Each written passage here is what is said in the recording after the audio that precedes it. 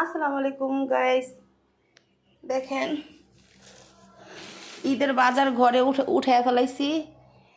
এই যে হচ্ছে চাল, তেল, আর এই যে আলু, টমেটো।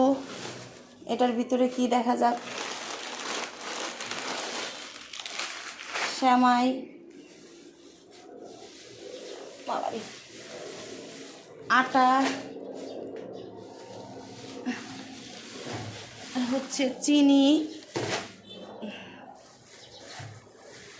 ওলার চাল।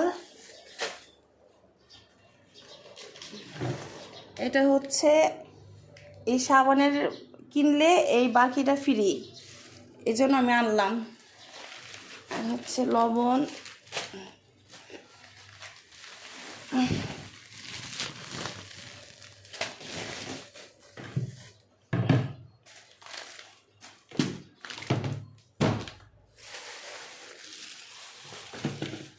এই যে রোজার বাজার।